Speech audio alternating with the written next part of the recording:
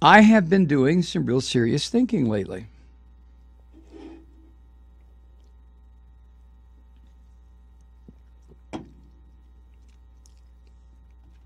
And I'm caught on a sandbar, you might say, and the tide's coming in. Ever have that happen to you? I have. Pretty scary. So I'm caught on a sandbar, and I see the tide coming in, and I know I'm going to fucking drown. Unless I do something. Like, obviously, head for shore. But in order to get to shore, now all of a sudden, there's some deep water between the sandbar and the beach, where I thought, oh, okay, the beach is right there. I'm just going out on the sandbar here and find some sand dollars. Everything's fine. Well, all of a sudden, it's not fine. Plus, there might be, and there probably is, a nice rip current going through that that part of the water between the sandbar and the beach. What to do, what to do.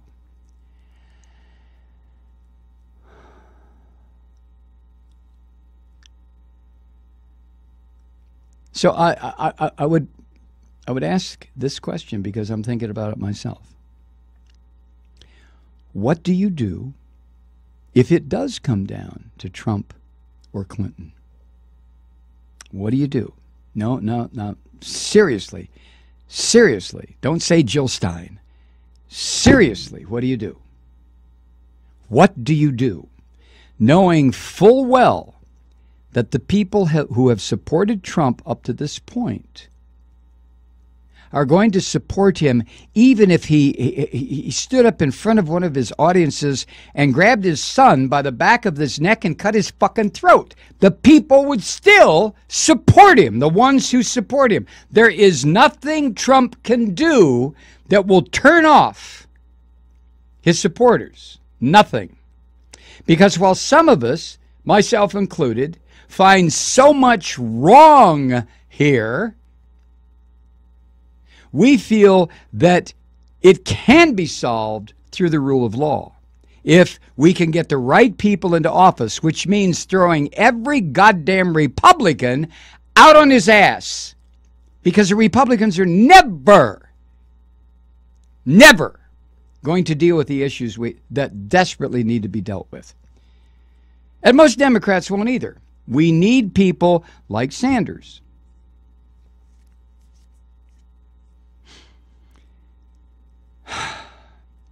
So what are you going to do?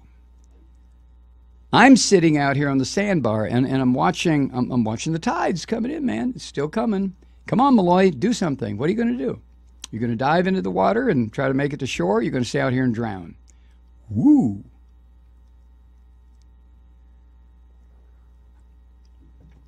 So given what you know, and you know a lot about Hillary Clinton and the whole Clinton enterprise, you know a lot about it. And given what you know about Trump, and you have seen the asshole for a solid year do what he does, and talk the way he talks, and display endlessly his total ignorance, his total belligerence, his total paranoia, his total delusions.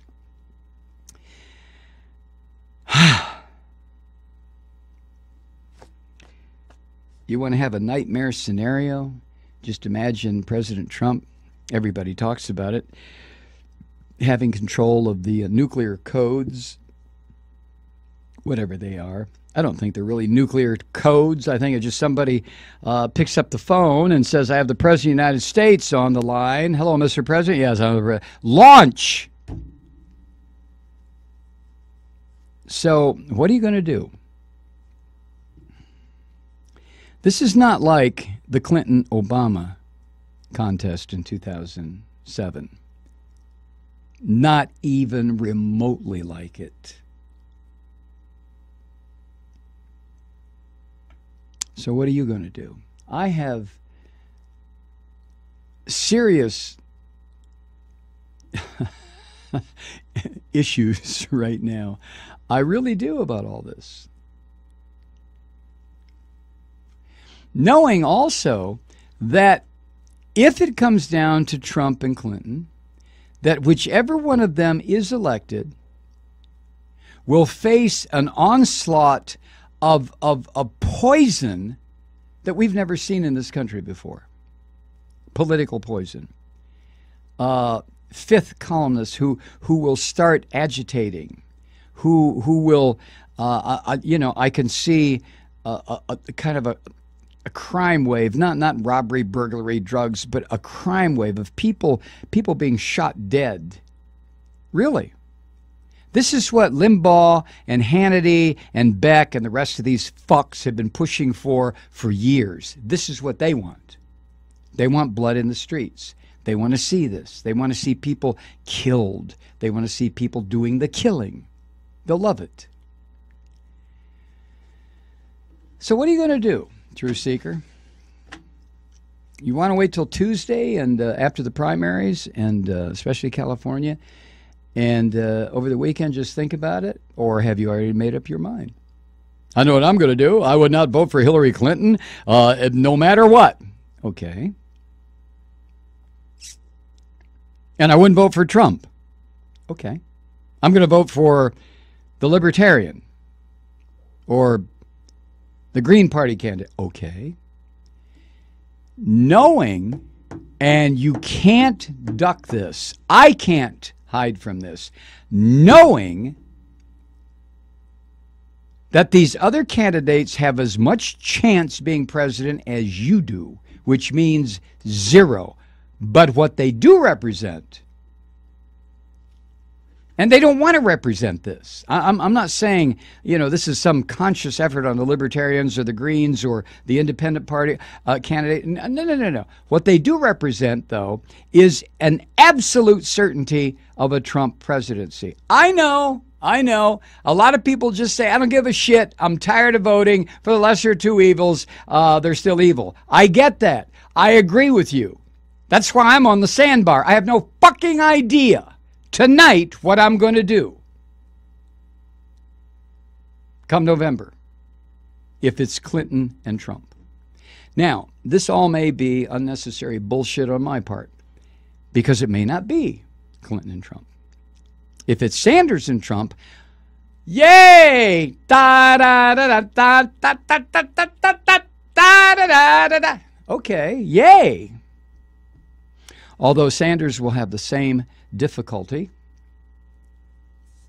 but he will also bring with him Democrats in the legislative branch. And unlike what happens historically during the off-year elections, I think 2 years of Sanders in office, and I think more Democrats, real Democrats, not this shit that passes as Democrats, but progressive Democrats who will say, I subscribe to Bernie Sanders' ideas. I think those people would start to come into the Congress, both the House and the Senate. But that's all if. The reality that you and I have to deal with is, first of all, the planet is heating up at a rate far faster than the climatologists ever expected. So we have this horrendous, seemingly insoluble problem. And it's not insoluble. The issue of global climate change is solvable. It is. There'll be some rough times ahead. There's going to be a lot of heat and shit and tornadoes and but it is solvable by leaving it all in the ground, by stopping it now.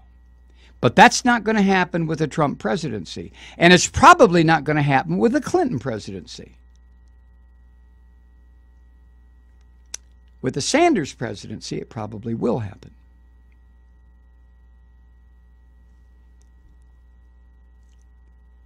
So what are you going to do?